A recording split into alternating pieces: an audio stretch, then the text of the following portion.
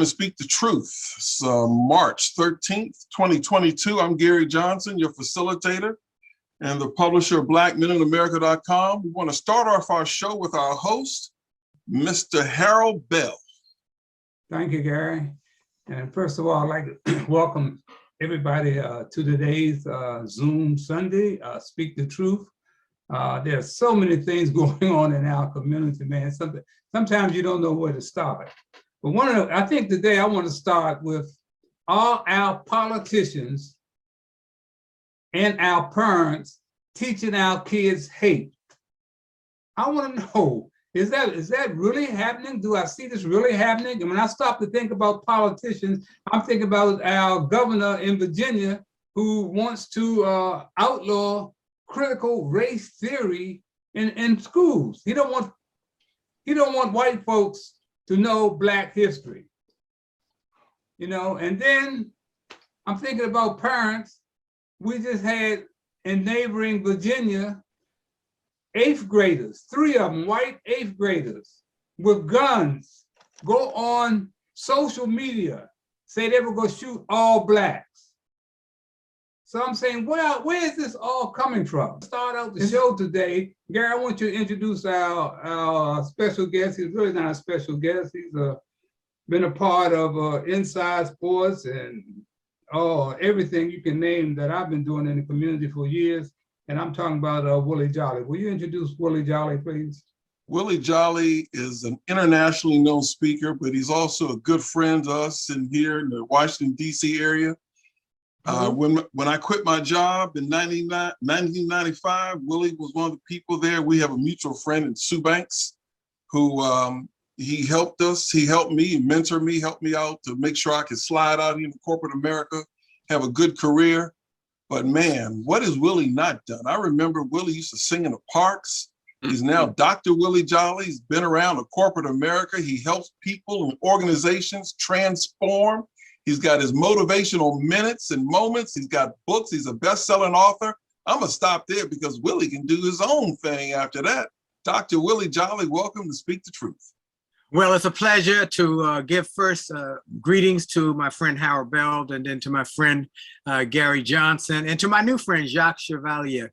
I want to say greetings to all those and the other folks, Trece and CJ and Lawrence who are on, as well as those who might be watching on the Zoom platform. I just want to say greetings to everybody, and I'm grateful for the invitation to be part of this profound and program and this uplifting mindset, thought level conversation. So I'm excited about always sharing ideas with people who are people of consciousness and people of higher consciousness. And Gary, what you've been doing for Black men, and so I want to applaud you. We've known you being a mover shaker, making things happen, and I want to applaud you for all that you have done. As we go into this new time, this is a challenging time. Harold just talked about the fact that we've got people who recently have the different governors who are obviously making racist and inequitable moves with the voting rights and changing the boundaries. We've got the Proud Boys and all of those kinds who continue to disrupt and be distracting. And then we've got these young kids recently out in Virginia who made a social media campaign to try and intimidate their African-American classmates. So we've got all these items that are coming all at the same time. But my concern, and that's a big concern, but my bigger concern, Gary and Harold knows this, because Harold and I, we don't always agree on everything, but we, as many of you probably are aware of, we got so many emails from folks who said about my conversation with Harold via email, but we did it in respect, and we did it where I can make sure we stayed in love. That I'm more concerned about what we do as African Americans. What can we do? I can't control the weather. I cannot control the time. I cannot control what someone else says and does. The one thing I control is me. And I was recently on a town hall for the AMEZ church where the bishop from the African diaspora asked me, well, where do Black folks go? It was during Black History Month. Where do Black folks go in this new time? And I told him something I tell my corporate clients as well as my people when I do big seminars. I said, there are 4 questions that you must ask when you are faced with a difficult conversation or a difficult decision. Number 1 question you must ask yourself is, what's the best that happen if I take this risk? Number 2 question, what's the worst that could happen if I take this risk? Number 3 question, what's the most likely thing to happen if I take this risk? Number 4 question, the big one, am I willing to live with the worst to get to the best? When I quit my job, Washington, when I was faced with quitting my job to become a full-time speaker, I had to go through those 4 questions. What's the best that could happen if I quit my job and become a full-time speaker? Best could happen is I could have best-selling books. I could travel around the world. I could make millions of dollars. I could kind of have some control over my destiny. What's the worst that could happen? Worst could happen if I quit my job and I didn't do well. I could lose my house. What's the most likely thing to happen? Most likely thing to happen is I'm gonna struggle. I'm gonna struggle, but if I work hard enough, I'll keep my head above ground. Am I willing to live, the 4th question, am I willing to live with the worst, lose my house, to get to the best, live my dreams? Yeah, as long as death was not on that option, was not on that page. I wasn't gonna die if I quit my job and I failed. I lose my house, it's been a struggle, I might have to live with my family, I might have to live in my car, but I didn't die. Well, I asked the bishop the same thing. Here's what I asked Black folks. What's the best that can happen for us to be able to have a life that we want? What's the worst that can happen? What's the most likely? Well, the best that can happen if we can have economic inclusion. What's the worst that could happen? Is that we destroy ourselves. What's the most likely thing to happen? Most likely thing to happen is that we will continue to do what we've always done because that's what we've always done it, unless we make some change. And are you willing to live with the worst? Destroy ourselves to get to the best? Well, we got to do some work internally. There's an old African proverb that says, until you can overcome the enemy on the inside, the enemy on the outside can do you no harm. Now, we are very much up in arms, all of us, when a white policeman kills a Black boy. And the world changed with George Floyd.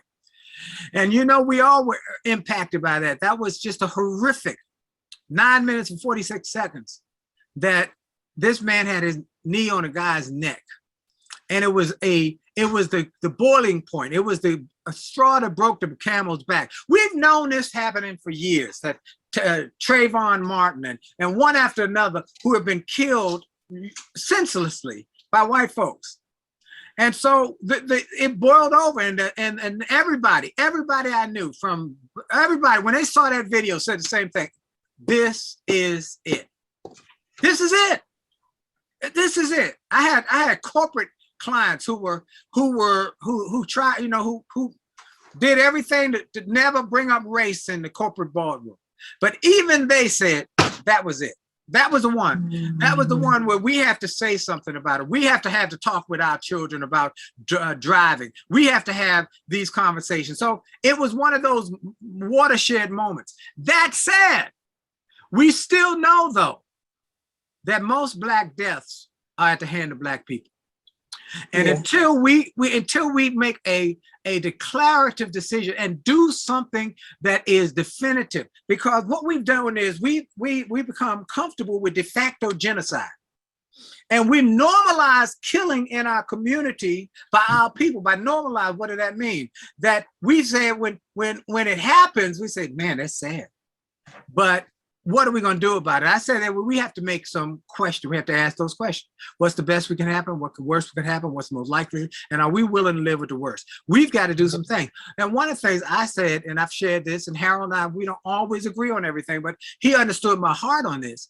I had to make a decision on my own. What could I do? Well, y'all know I've spoken over the last 30 years.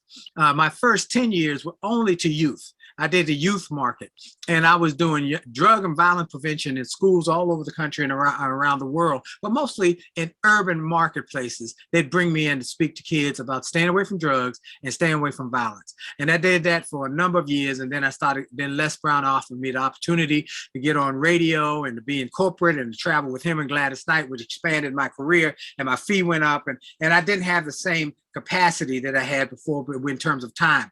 But I did a PBS special for young people that still continues to be one of the top selling youth videos in America. That said, what I decided to do, what could I do? Well, I put the videos, one of my nonprofit, jollygoodnews.org, we're raising money to put the video in every school in the country. That's one of our endeavors. We're also raising money to put my book, A Setback is a Setup for Comeback, in every prison in America in a form that the prisons will take, because what we want to say to prisoners is that your past does not equal your future, and that we can hopefully help you to come out of prison and never go back, and realize that your best days are still in front of you. So first getting the young kids never to go to prison, then the ones who are there never go back.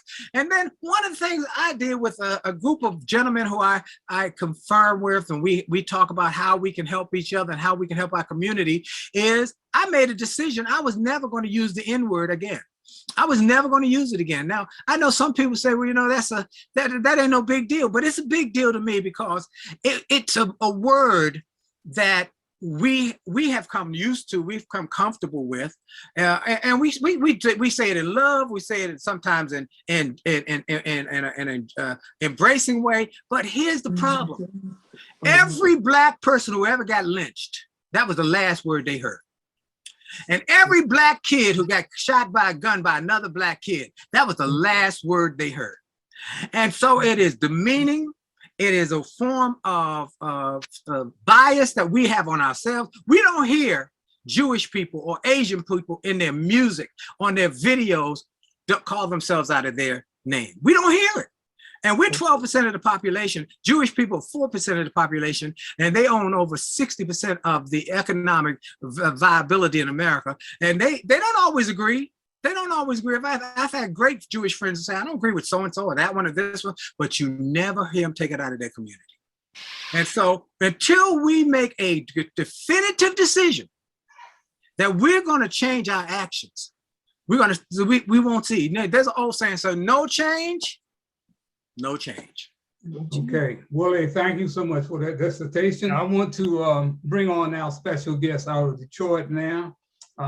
She's a graduate of Michigan State University as a BA in Communication, Arts, and Sciences. She's a graduate of University of Phoenix with a master's in healthcare management and master's in business administration. Trece has always put the community first, working for a nonprofit environmental agency and a human service agency early in her career. Trece Cash is a two-term elected precinct delegate, former candidate for the Michigan State Democratic Disability Caucus, former vice chair for the 14th Congressional District, is a social media influencer, political activist, campaign volunteer, including the late State Representative W. Isaac Robinson, who nicknamed Trece Cash Cam during a press conference, and the name has stuck with her. The Trece Cash social media platform has covered the Detroit Charter Commission meetings, D15 fair wages protests, Detroit Community Action, African American Leadership Awards, Jesse Jackson Global Automotive Summit, Michigan Democratic Convention, police harassment, community search for Detroit serial killer, Detroit Police Commission meetings, even in local entertainment.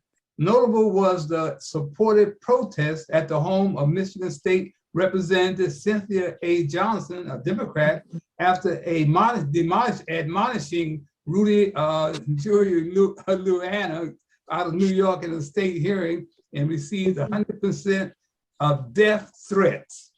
Trece Cash won a 2019 elected precinct delegate of the year award for her social media political influence in the community.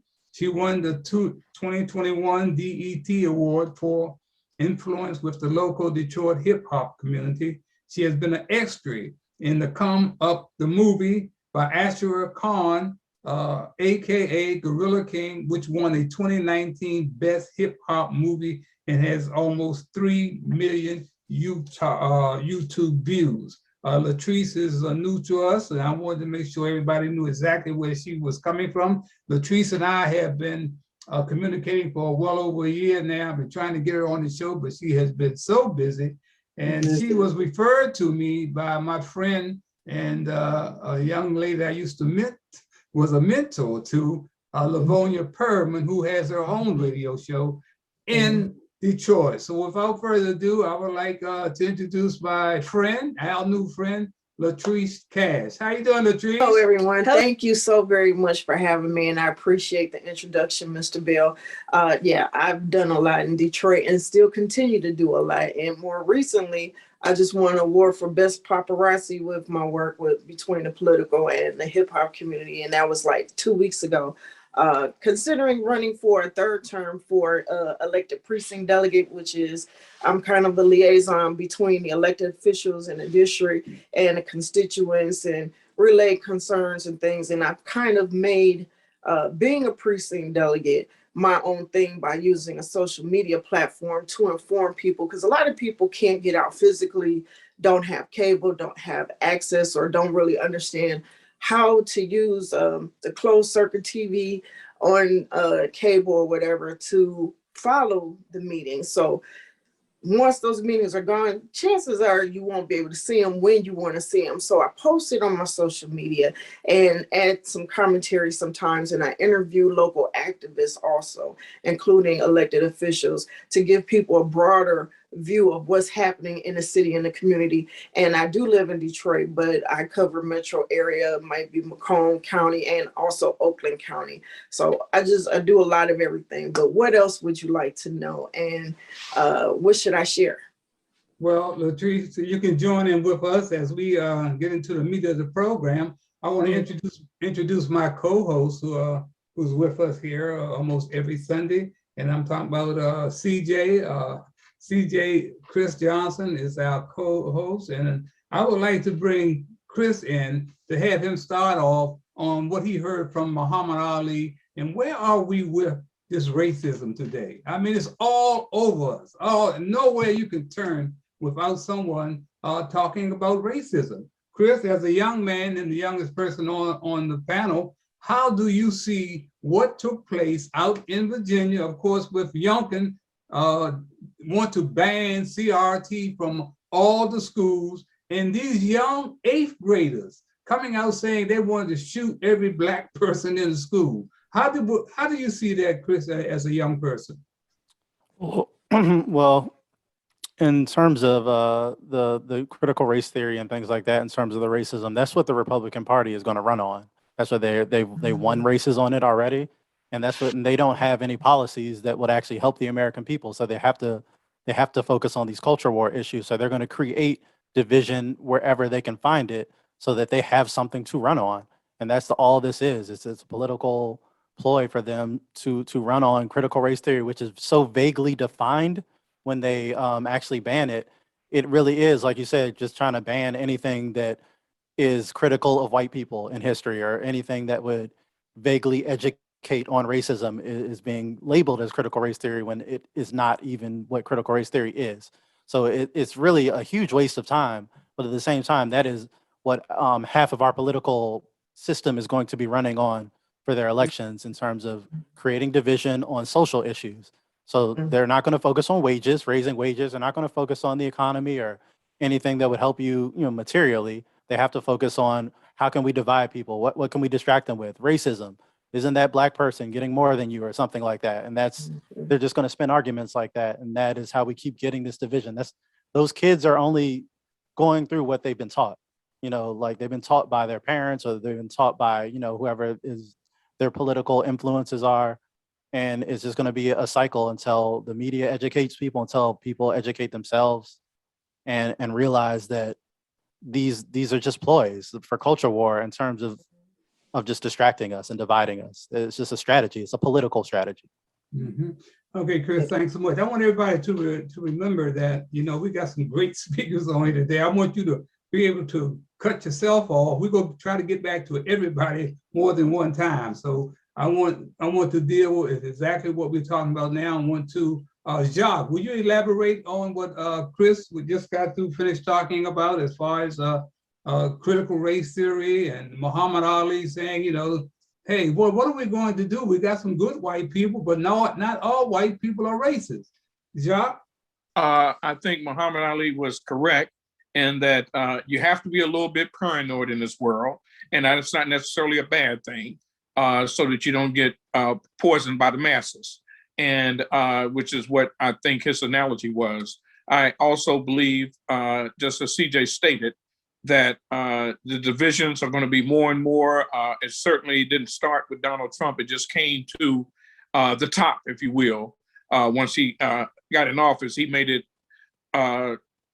practically a acceptable cliche to state race and to be down on anybody who wasn't Caucasian. We have a big fight on our hands. Genocide is definitely amongst us, and I'd like to hark back to what Dr. Jolley stated, that, you know, we up in arms when a Black person is shot by the police, but yet, you know, we have this de facto self-inflicting genocide in our society, and we don't seem to get, you know, too hype about it. And so that's my take, and that doesn't make me a conservative or liberal, but it just makes me a realist as to what's happening in this world. Mm-hmm. Lawrence Lucas is with us. Lawrence has been, I mean, really a fantastic advocate of the Black farmer for almost 40 years. And Lawrence has been a great part of our show, Speak the Truth. Lawrence, I want you to come in and elaborate on what Chris and, of course, what Jacques just said. Well, I think what I've heard from CJ and Jacques are on point. I think that on this issue of critical race theory is that they don't want it taught. This is what a governor said in Virginia, is because they don't want to hear the truth. We have a system, and we have people in this country that are doing things out of not of what they were born with, but what they would learn or what they've learned in their daily lives. And these young fellows in Virginia are just acting out what they've heard from their parents. We have to take a position also, and I'm very critical of our leaders, that we have to attack these issues at where they pop up around the country and as they're spewed out of the mouths of Republicans, and sometimes we hear it from Democrats as well. Virginia is a good example. I think that many of what you're hearing from Republicans are not just about the issue of race from a critical race theory position. They don't want to talk about it, but they spend a lot of times fabricating lies in the media. Fox is one of the best examples of that. So we've got a battle on our hands in terms of how we are going to do things. And I'm kind of where Jolley is. I try to stay in my lane, and I try to deal with what I know best. We have a society where we have a president who has accepted the actions of the Secretary of Agriculture, who is heading up the last plantation, and he is not giving programs and services and resolving the issues of Black farmers. So, and I've seen the same thing when it comes to how employees are treated, especially women. Mm-hmm. I believe that what we have to do is we have to stand as individuals, and where we can and who we talk to, we have to make sure that we do not become like them and begin to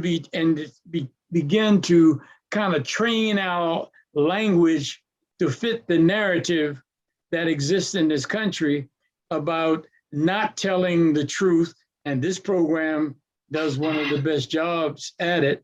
And I'm sure Ms. Cash, and I'm sure Willie Jolley knows what we're talking about when we're talking about our lanes and we are talking about the truth. But one thing that we have to deal with is accountability and transparency. And we need to make sure our government does it, but we should also make sure our leaders follow the same pattern. Until we can get our leaders saying the same things that some of us say on Sunday on this show, this is really an uphill battle, because we need to turn them around as well. And that exists in Washington and exists in the organizations and groups that we depend on to speak for us. Okay, Gary, I want you to come in, but Gary, I don't remember the videos that I sent you, but I want you to come in and elaborate what everyone has just said and carry us into the next conversation with one of those videos. I know I sent you about 3 or 4 videos, and I don't have them in front of me because I was running late, but come on in, Gary. All right, I'll comment very briefly, and then I'll give you kind of a pick and choose of which one you want to go with based on where we're going. I want to go back to what Dr. Willie Jolley said about one of the things as he was talking, I was thinking to myself, and this is a general term, so people can write me in later and complain. But generally speaking, Black folks are so easily distracted, and we get off point. And so I remember the Rush Limbaugh used to talk about American voters. And when it came to issues, he said they're low information voters. And so that kind of ties into what CJ was talking about how we get distracted easily. And when Willie was talking, Dr. Jolley was talking about some stuff, I was thinking to myself, he is so right. It's not the stimulus, it's the response. It's how we respond to things. And that's where we've got to kind of just be more strategic in our thinking, because man, we get the okie doke or get juked on the court, and next thing you know, we out here talking about something that really doesn't matter. It really doesn't matter to help us collectively. So that's the part that and I always try to tell people when I go out and do executive coaching or even talk to groups, it's not the stimulus, it's the response. You know, we do more killings, we do more harm to ourselves. Okay, enough said. All right, Let me just take a moment. Go ahead. First, shout out Brother Lucas. Brother Lucas, you might know the name Lovely Moore. And Lovely Moore is my wife's uncle. Lovely Moore got the award at the Black Farmers Convention in 2019 as the oldest Black farmer in America. And he's still in his 90s, still farming every day. I think it's in somewhere South Hill, Virginia.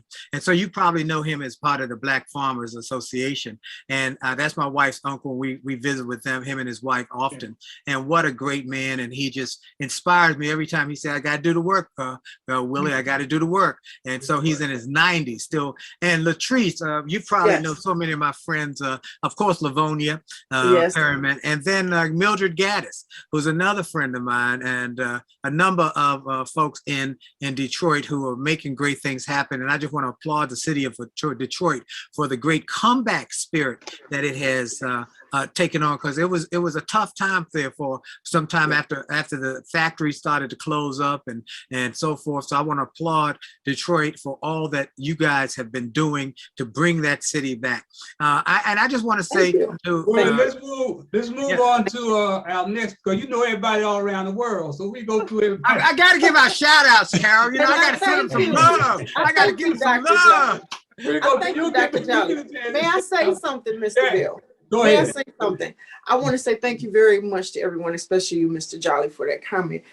What's happening here in Michigan, and I can't speak to other states because I only live here in Michigan and Metro Detroit. We have an issue, I know nationwide, with gerrymandering. And right now we have this big thing with redistricting, which is changing the scheme of leadership. And when I say leadership, Black leadership in the cities and the townships. and in the counties statewide. And it's a very contentious issue, and it's very concerning. And the biggest issue that we need to focus on in relation to what you were saying, Dr. Jolley, voting. What you say, Mr. Johnson, voting. We have the situation, you have the distraction, and people get distracted on who's doing what, but you don't go to the polls. And that's where my social media platform comes in, and that's where all the elected precinct delegates come in, and we push people to vote, to register to vote, and try and encourage people to vote and inform them on issues. And yes, we can inform you, but still we need you to physically get out there and physically fill out those absentee ballots. And that is a problem within most minority communities and cities, is the distraction and the voting. There's a disconnect, and we need to make that connection. And I would like to know, what do you gentlemen think, and what is some solutions that you've seen in other states and communities? Okay, just to give you some. I don't Go ahead. understand it. Hold on. Listen, I don't understand it. hold on one second. I know everybody want to jump in on this. I don't understand. Number one, here's a guy whose husband is the Secretary of Transportation for the White House. And he's out here teaching gay pride. You know, I don't have any problem. I'm not, homophobic or anything. But man, this is the kind of thing that I'm talking about that's taking place with our young people. Our young people are being taught, you know, all the things that are not necessary. And for him to go on in video, you saw that last young person, she looked like she didn't want to open her mouth to what was saying. So I said, man, this is the kind of thing that we go on. I want to bring in, of course, CJ on this from the top, because one thing is about CJ's face says it all. CJ say we. CJ's face says it all. I want to hear what he has to say. I want to hear it. Earn your way this week, CJ. His face says everything. Come Where on, did CJ go? I'm here. Okay. It's hard for me to watch because the disdain that I have for Pete Buttigieg is immense. You mentioned he's the, transportation secretary, unqualified. He was the mayor of South Bend, wasn't good at that. And basically he sold out and bent the knee to Biden and got a favor in return, which is a cabinet position. But beyond that, just in terms of the aspect of the video, that is going to be red meat for a Republican base. Every Republican politician is going to play that on a loop and see, look at the Democrats, look at what they're doing. They're trying to indoctrinate your kids. And this is why we need to keep all that. It's going to lead to tons of harmful, actual homophobic legislation like we have down here in Florida with the Don't Say Gay bill controversy that we have going on right now. So, it's pretty awful. It's pretty goofy too. It's like a caricature. It's like a SNL skit of what people say, what the liberals are, and to have no self-awareness, to put that on film, like your political opponents won't be putting that on repeat for the next, couple election cycles, is pretty stupid and incompetent, but nothing I wouldn't expect from the Pete Buttigieg camp. It was actually part of a documentary. It was part of a documentary. I want everybody to take a minute. I want everybody to get in on this. So let's come on over to Willie Jolley. Willie, you got 60 seconds. Mr. Jolley. Well, I have met Mr. Buttigieg at the Black Caucus. We chatted. I have not met the husband, and the Fox News folks will play that. But remember, every sword has two edges. Okay, every sword has two edges. So yeah, you'll get the conservatives who will be of that mindset, but there'll be a great number of people who are on the liberal base who will say, we don't have a problem with that because the world is changing, which we all know. And we know that things are not the way they used to be. And so that we have a gay Secretary of Transportation. We have gay members of Congress. We have gay members of the different corporate boards. We have gay CEOs. And so what we've got to do is we've got to make a couple distinctions in our brain that we have to be mindful that they ain't going nowhere. Okay, this ain't going away. Okay, it ain't going away. I was asked by Verizon to speak for three factions: for the corporate people, for their families in need, and for their gay youth. And I was surprised. I was surprised when they asked me to speak for the gay youth. But my message to them was not that much different than my message for the corporate. Is that you're going to have challenges, you're going to have setbacks, you're going to have difficulties. Your question is, are you committed to your place in this world? Are you committed to wherever you believe in, what you stand for? And whoever makes a commitment to wherever they stand for, whether good or bad, you've got to be willing to stand on it and hold true to that stand. So I love the fact that we're doing this show, Speak the Truth. The truth, though, could be your truth, my truth, and the truth. And so what we got to figure out is, what truth are we going to speak? Okay, well, okay. Latrice, come on in with your minute, baby. Okay. As an evangelical Christian and a Democrat and an elected official, I agree 100% with CJ. This was bad politics, bad media, and basically, there is no group that is 100% pro-gay, 100% pro-abortion, or anything else. And this was bad media. That should have never happened. And my biggest issue is, why is any adult encouraging any type of sexuality for children? That is for their parents to do and encourage. I disagree with it. I don't even think, they need to know certain things, but to encourage them to be sexual in any manner, that's just a bit much, and that's going too far. And as a Democrat, yes, the Republicans will use that against them. And as a Democrat, that sways people from voting, period. That gives people the wrong impression of what politics is about. Politics is not about sexuality. Politics is about policy and procedure and law. That's what politics should be about. Okay. That's all I got to say. Okay, Jacques, where are you, Jacques? Come on in.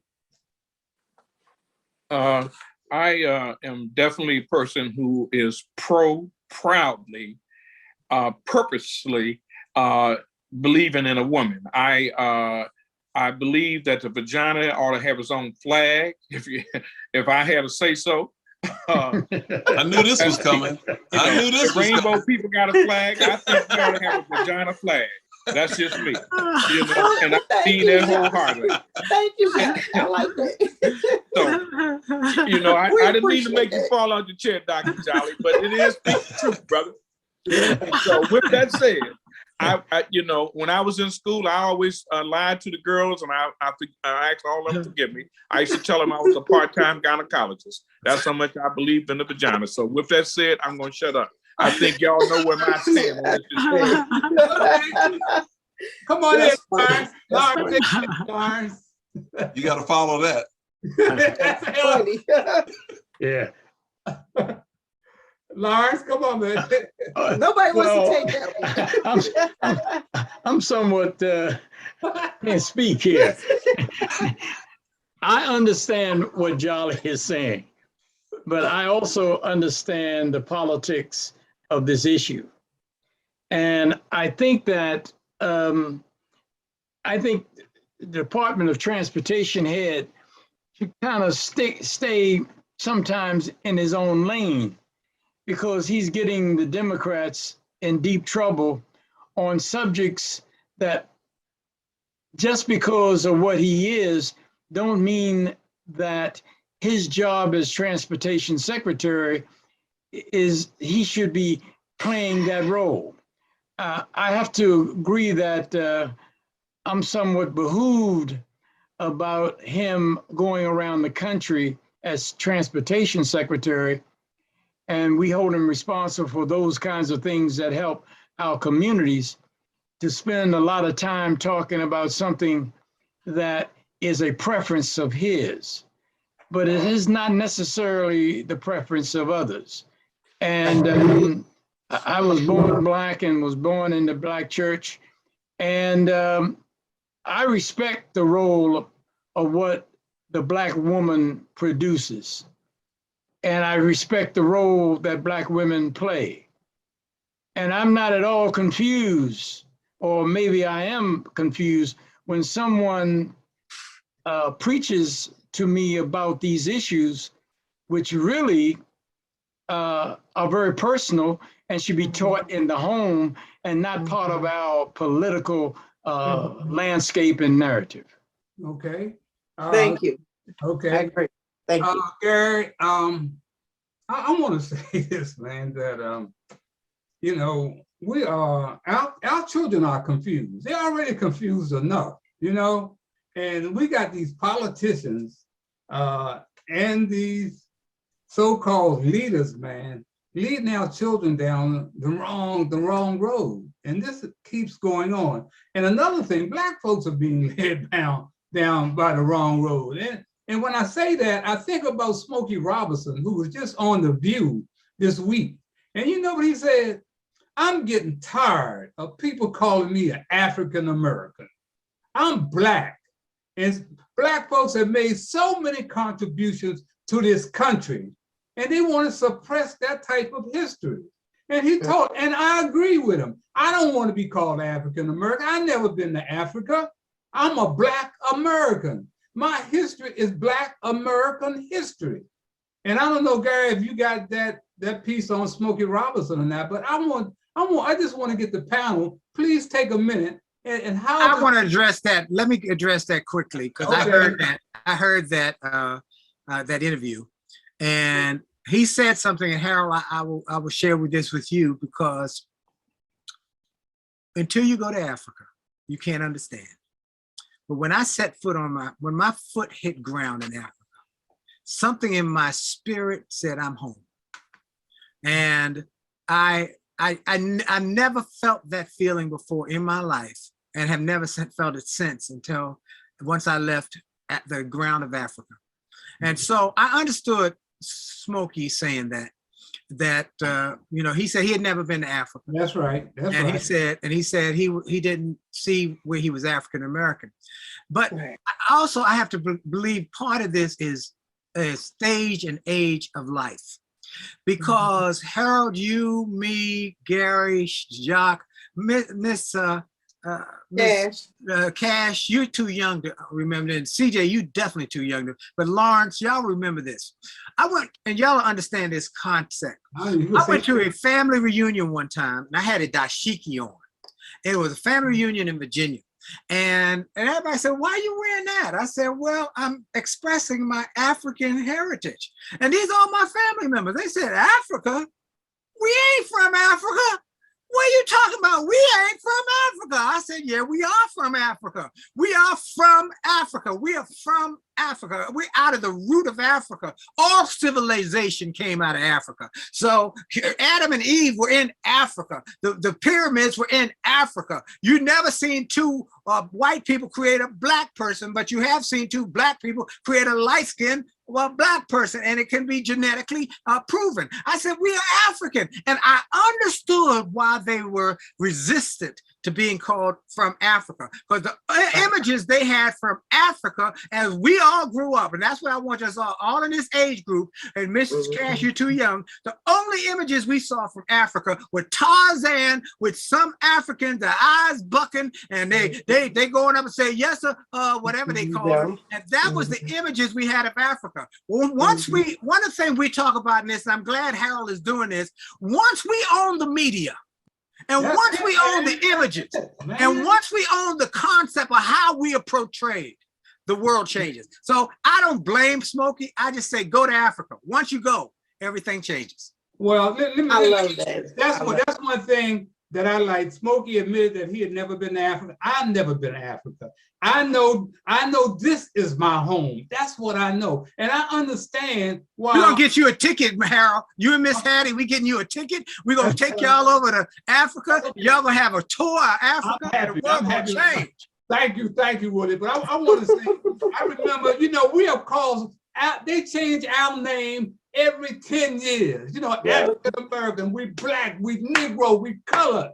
You understand? They always changing the narrative. And Willie, you are absolutely right. We don't own no major media. They changed the narrative with Colin Kaepernick. They changed the narrative. He came in talking about police brutality. And what did they do? They talking about, it went to a whole different way. You understand? They changed the narrative. Every time it looks like we're going to take a step forward, they change the narrative on it. Until we own an NBC, CNN, ABC, Fox News, man, we're in trouble because we got people who blacks they put there become spooks that sit by the door who don't make no decision what goes on the 6 o'clock news. They make no decision what goes on the 11 o'clock news. So I want to invite everybody to join me on Jolley Media. Go to winwithwillie.com, winwithwillie.com. Sign up for my media program. We're going to put out inspirational, uplifting, motivational, encouraging media. Every day I put out something, winwithwillie.com, and y'all make sure y'all sign up. Okay. That sounds good. And people need to check out my Instagram, cash_Latrice_original, and my YouTube channel, I am Cash Cam, CAMM. I put different videos on there. I'm writing it down, Miss Cash. Yeah, I want to be connected to you. In fact, Gary, why don't you tell them about Black men in America? Everybody's getting their face on it. But I want to add this while we're taking a quick pause.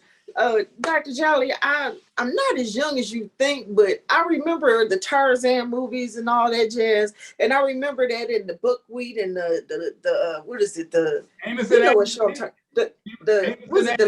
Little Rascals. Oh yeah, Little Rascals. Little Rascals.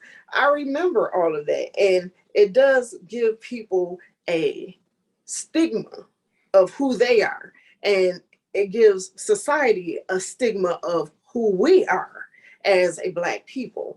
And I understand why people say, oh, I'm not African American. I've met Africans and I've known Africans, and they say, well, I'm African American too. And that's where the disconnect comes, because we are not from Africa.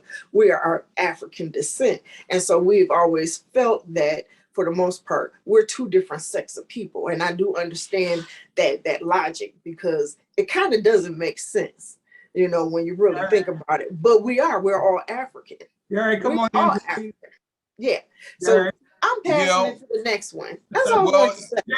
That's very interesting. It's interesting that Latrice mentioned the Little Rascals. I remember being a kid growing up there in Northeast, and one day my father came home and I was watching the Little Rascals and I was laughing and laughing. He got upset. He said, turn that off. Mm-hmm. I must have been a little kid. I couldn't quite understand. And I said, but it's funny, Daddy. And he started talking to me and talking about, no, that's not funny. That's not common. And he started explaining to me why that wasn't funny. And even as a kid, I still watched it. But man, when I heard that car pull up, I turned that thing off. So when he walked in, he didn't even see that I was watching Little Rascals. But as I got older, then I knew that's not funny. I did the same thing, you know. So I get it, but it's wow. interesting. It's interesting how the media controls and brainwashes people. And if the media can convince you to laugh at yourself, then whatever it is that is not correct with you, not correct with your home, not correct with yourself, with society, if it becomes a joke, it's not that serious. It's okay to be that way. And like your father taught you, that's not okay. You can strive to do better. That's why you're here right now. That's why we're all here right now, because someone taught us you can do better. Don't laugh at yourself and think that that's okay. That's the level that you have to stay at. They make a mockery, you know, especially like 50, 70, 100 years ago. Everything was a mockery pretty much about minorities. And we have to go past that. And we have to continue to strive and educate children in society that that's not who we are as an individual or as a group. Good girl, Trece. We were really definitely running out of time. There's some things couple of things I need to talk about. Number one, I need to talk about what's happening in the Ukraine. We got to talk about that. I don't know why people think that doing war, ain't nobody playing fair doing war, man. What? Nobody playing fair doing war. They talk about this, he bombing the hospitals, bombing the churches. This man does not care, man. He's a bully. He's a thoroughbred bully. And he reminds me of the Japanese. You remember one time they would crash on the ships, you know, suicide. That's where Putin it is. You don't know what he's gonna do next. So when a fool like Lindsey Graham comes out talking about assassinate this man, do he realize the type of mentality that he's dealing with? This man might do anything, man. A friend told me today, hey, Harold, we are heading for World War III. It's on our doorsteps. We gotta look around and see what's about. You know, I'm trying to make some things happen. I might not even be here to make them happen. I may be gone anytime because we're dealing with leadership that's not attuned with the real world. Not attuned with the real world. And as we go out of here, I want to hit on this too. Jesse, what's his name? Smollett or whatever. Oh, yeah.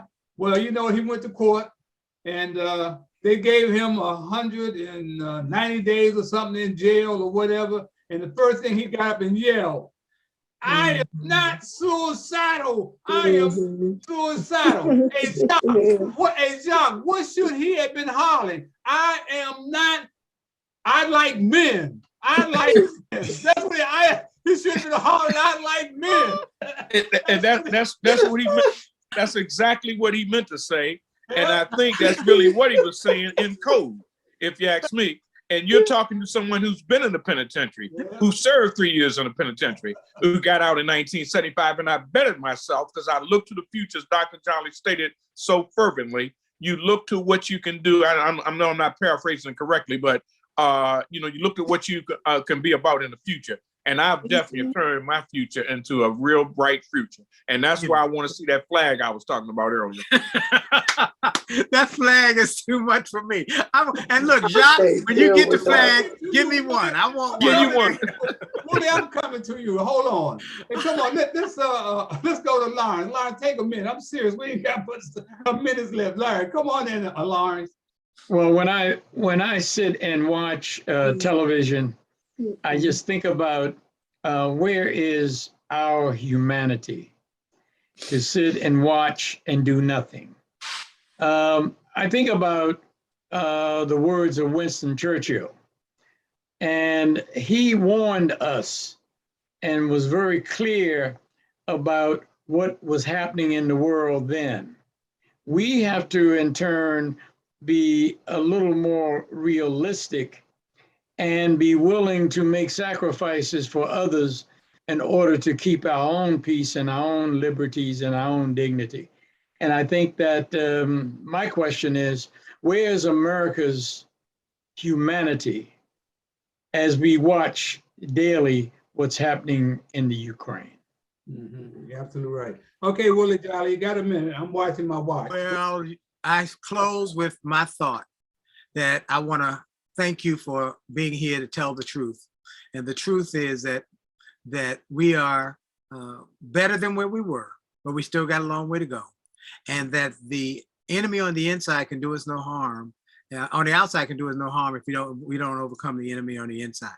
So we have to encourage each other, inspire each other, and uplift each other. Follow your dream wherever it leads. Don't be distracted by less worthy needs. Shelter it, nourish it, help it to grow. Hold your dreams deep, down deep where dreams grow. Follow your dream, pursue it with haste. Life is too precious, too fleeting to waste. Be faithful, be loyal, and all the day through, the dream that you follow with the grace of God will keep coming true. It's been a privilege and pleasure to be on with my friends. God bless y'all. All right. Let's see, CJ, you out there? Yep. Okay, take a closing minute. Yeah, I can answer Mr. Lucas's last question, where is America's humanity when it comes to foreign policy and the war in Ukraine? We are the country that invaded a country that didn't attack us. We overthrow people all the time. We arm like 70% of the world's dictators across the world. Even in this war in Ukraine currently, we armed neo-Nazis in Ukraine because they were against Russia, as we often do, as we arm terrorists who happen to be against countries who have, different geopolitical interests than us. So in terms of that, like one of the reasons, America doesn't really have a good standing to wag their finger and say, Russia, you can't do this, you can't invade this country. We have done all the things that Russia is doing.